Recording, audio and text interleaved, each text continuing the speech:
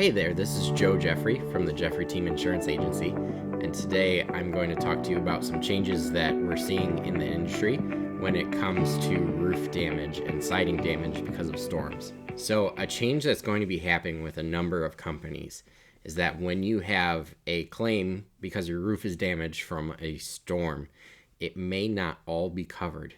A lot of companies are introducing a schedule based on how old your roof is.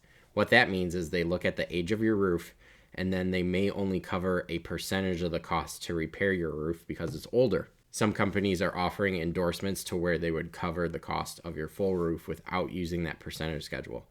So you need to ask your agent how your roof is covered in a storm claim. When a portion of your roof is damaged in a storm, but the other portion isn't, then before, oftentimes they would replace your entire roof so all your shingles would match.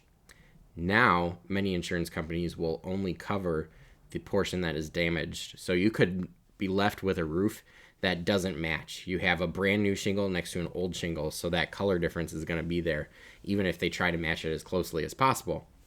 There's also an endorsement that many insurance companies will let you add to your policy so that if half of your roof is damaged, you can replace the other half with it so it all looks the same. And none of us want a roof that looks like it's completely mismatched, where you have one shingle that's very dark and one shingle that's light. That's just not going to look good. So either it's going to be up to you to pay for the full cost of replacing the roof out of your pocket and saving a few dollars on your insurance policy, or adding a small endorsement, which for many customers is less than $2 or $3 a month on your homeowner's policy.